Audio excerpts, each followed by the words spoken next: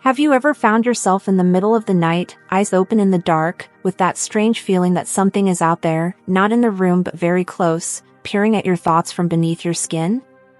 Imagine, then, opening your eyes and discovering that this something is you, only in the form of pure perception, free from gravity, free from frantic heartbeats, floating above the body that, until yesterday, seemed to be your definitive identity. That's what Carl Gustav Jung felt on a spring night in 1944, shortly after a heart attack left him between worlds. His doctors tended to what they called the patient, but he saw everything from above, with such sweeping clarity that the word reality shrank. The letter describing this crossing, kept from the public for 8 decades, returns now to show why death may not be a full stop, and why you may never see life the same way once you know it. Jung writes that he hovered in a waveless space where silence seemed to have its own voice. Ordinary thoughts didn't work. It was as if he had traded miles of inner noise for a crystalline whisper that conveyed only the essential. Then came the first revelation: he was not that body trembling on the operating table. Next, a larger revelation, nor was he the ceaseless flow of ideas he now watched from outside. Behind everything was a motionless observer, as ancient as time, gazing without haste. Want to feel that presence now? Close your eyes and notice who is noticing the silence. That silent witness is your personal hint that consciousness extends beyond bones and memories. In that dimension, Jung was greeted by faceless luminous intelligences that could transmit worlds of knowledge in fractions of a second, each insight a direct ray to the heart. They showed him something like a school map in which each incarnation represents an intensive semester complete with customized exams. No one fails forever, everyone repeats lessons until they become embodied virtue. Suddenly the word suffering stopped sounding like punishment and became a classroom indicator. The greater the discomfort, the more advanced the subject. You may find this theory strange beside unpaid overtime, mounting bills, and phone alerts that steal your sleep. Yet if body and mind are only temporary tools, our dramas take on a different light. They become scenes in a flexible theater whose script the author, you, can rewrite at any moment simply by waking up on stage. And waking doesn't require elaborate rituals. Sometimes it's enough to breathe deeply before replying to someone who interrupts you. Since every second counts, use this one to tap the little bell below. That way every new episode lands directly in your feed, no tricks, no noise, just genuine dialogue. Back to the letter, Jung describes Earth viewed from afar, glowing green-blue in the dark. He noticed that wars and passions fit into a grain of sand beside the immensity of spirit, yet he also felt that each human tear carried the salt of all seas. Everything is connected. Remember the time you held the elevator door for someone? Perhaps that small gesture lightened the mood of someone who, hours later, comforted a friend in crisis. No act is small in a web where every strand supports many hearts.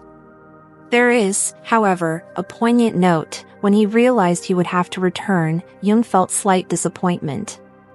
The peace of that space was so complete that returning to the weight of bones seemed like regression. Even so, he accepted the mission to finish unfinished tasks, understanding that every minute embodied is a chance to polish virtues that, on the other side, shine like metals of light.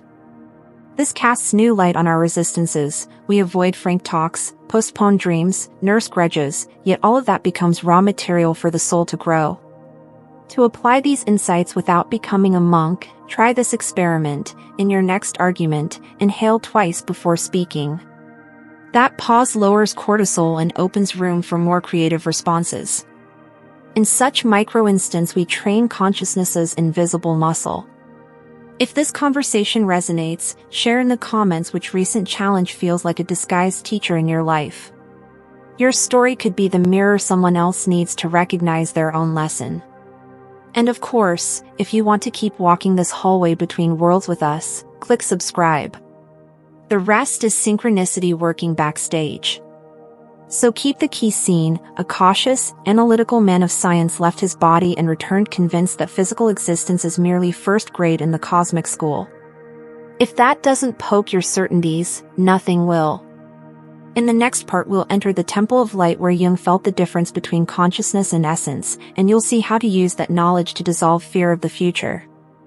Until then, allow yourself to notice the extraordinary hidden in the ordinary. The honk in traffic, the smell of fresh bread, the red twilight painting the sky may all carry whispers from the same intelligence that welcomed Jung above.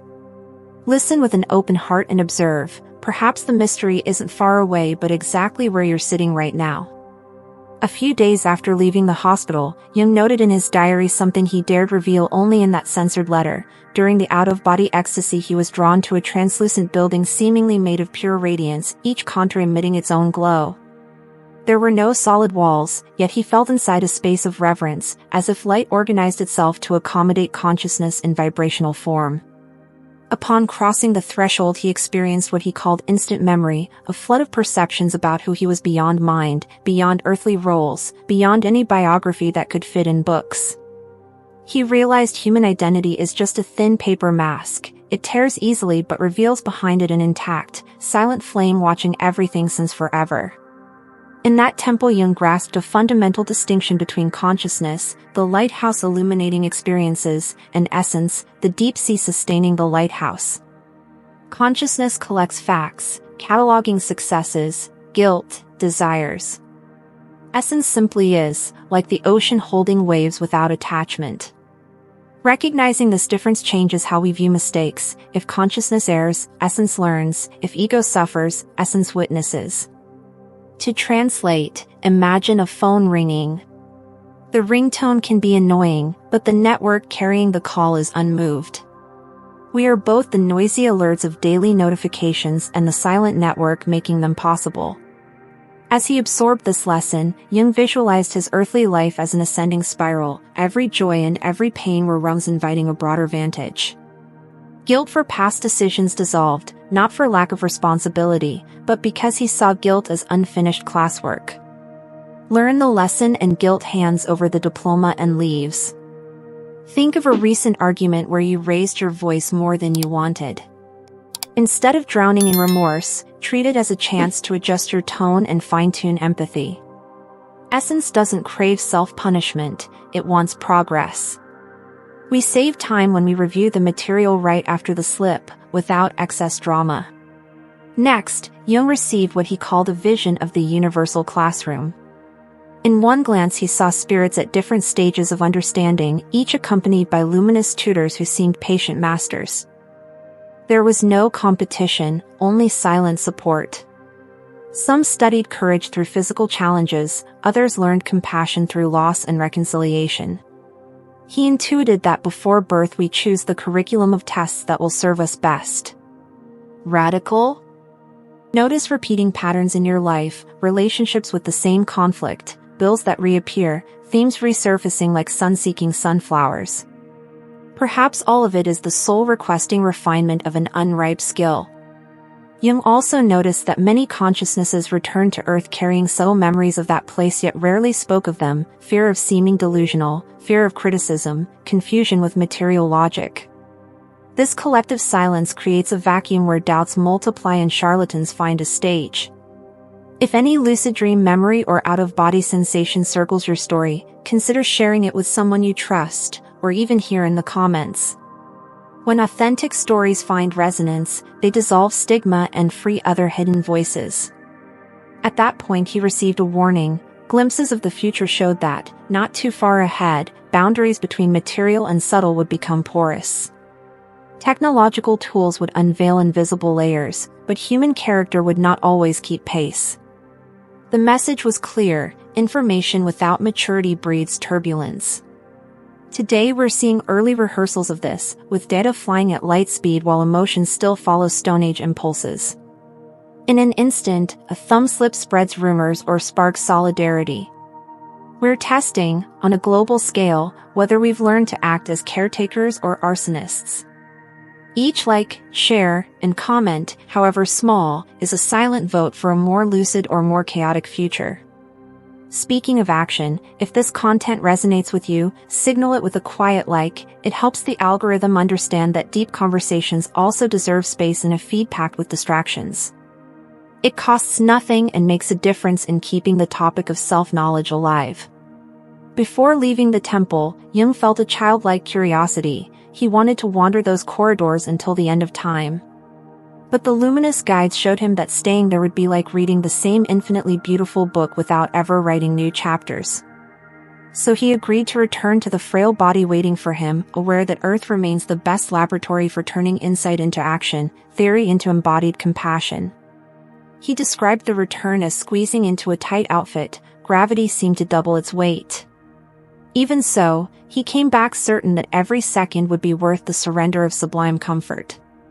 Bring that teaching into today. Whenever routine tightens, remember there's a greater luxury than flying among stars, the luxury of offering a glass of water, listening to someone in pain, planting a sapling by the sidewalk, smiling at someone who's forgotten their own worth.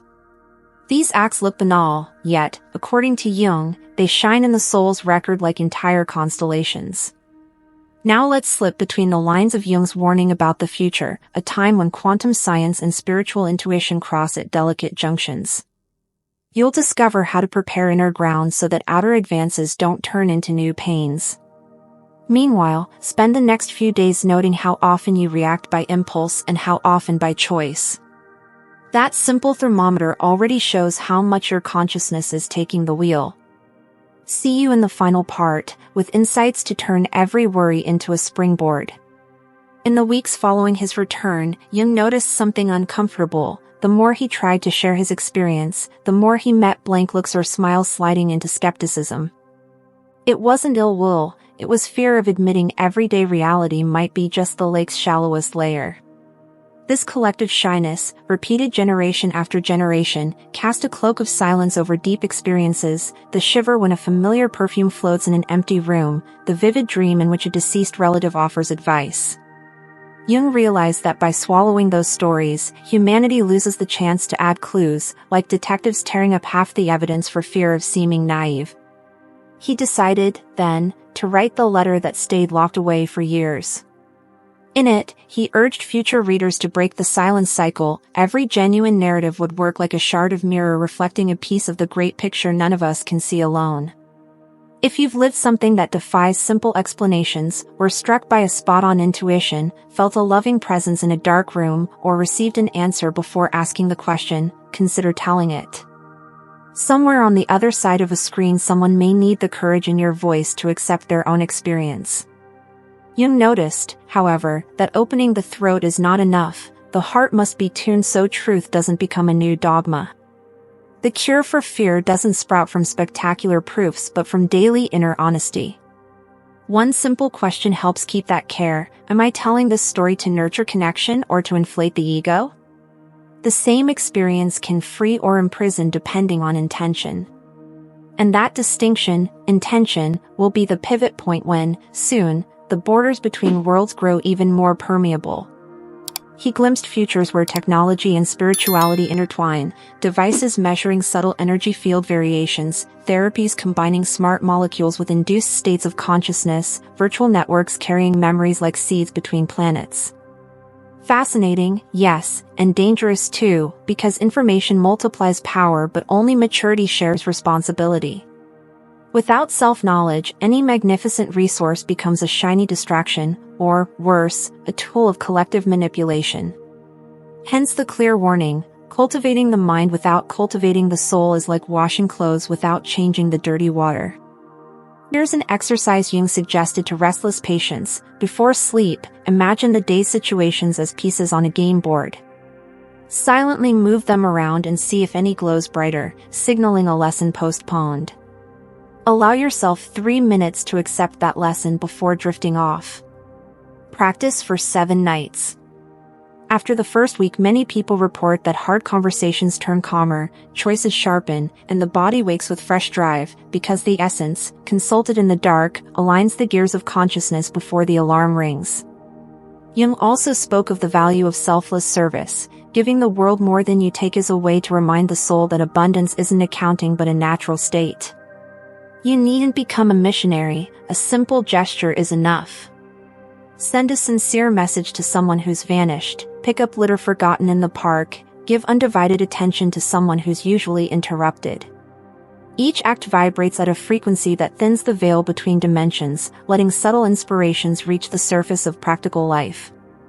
If hearing all this lights a spark of recognition in you, use it as fuel. Jung's experience isn't a fixed movie script, it's a reminder of an inheritance we all carry. The soul doesn't need daily miracles to be convinced, it just needs us to offer enough presence for the ordinary to reveal extraordinary layers.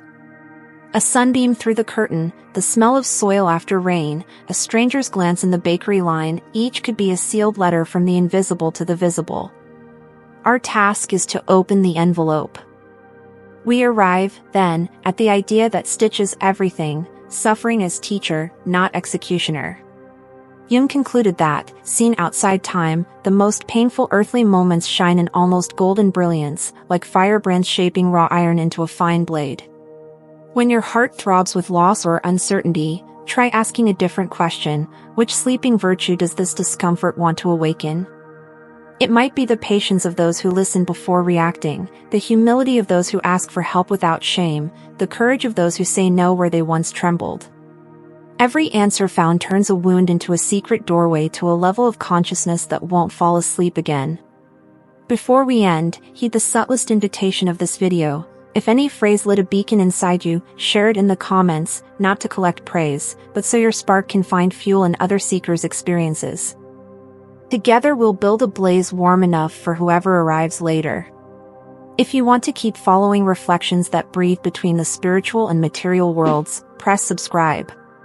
The gesture takes a breath and keeps this bridge of discovery open. And now the final image, a gift Jung kept in his heart until his last breath. He saw humanity as a vast semicircle of travelers climbing an invisible mountain. Some stumbled, others helped lift companions, many sang songs that don't yet exist, all carried unlit lanterns that ignite only when they see their own face reflected in another's eyes. When the first flame lights, a domino effect of lanterns sweeps the valley, and in a blink, the night loses its reign. As you close this video, lift your own lantern and discover the oil was never missing, the spark of decision was. May every step you take from now on remember this simple secret: walking with courage means letting the infinite dance even in the tiniest details, whether washing dishes, waiting for a bus, or reminding someone that the soul never walks alone.